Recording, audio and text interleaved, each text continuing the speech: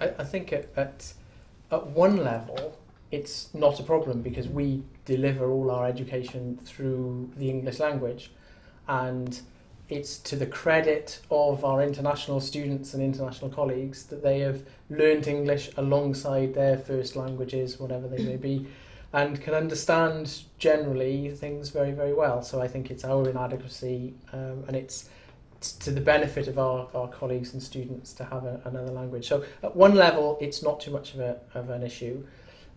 However, there are times, many times, when you feel that you cannot express yourself adequately without knowing their language. So to take Welsh for an example, I know from my own experience, even in my own family where we have Welsh speaking, and my Welsh speaking niece, for example, when she was studying biology, she was unable to know what the Welsh terms were for English.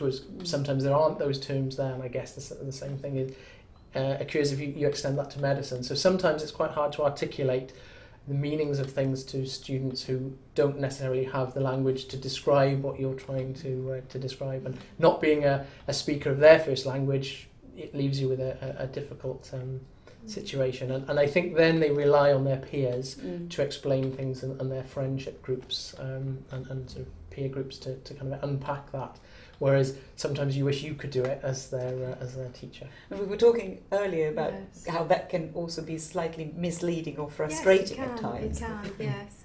Certainly with radiotherapy, there are some very technical terms which I can't imagine would translate, but they must do to a certain extent.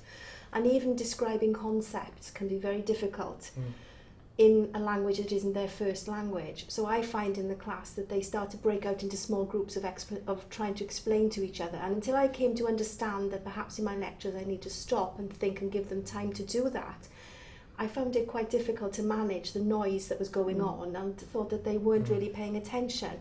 But then after a little bit of confrontation a few times, they said, no, we're actually trying to explain to each other what you're saying in a way that it's easier for us to understand. So I started to appreciate that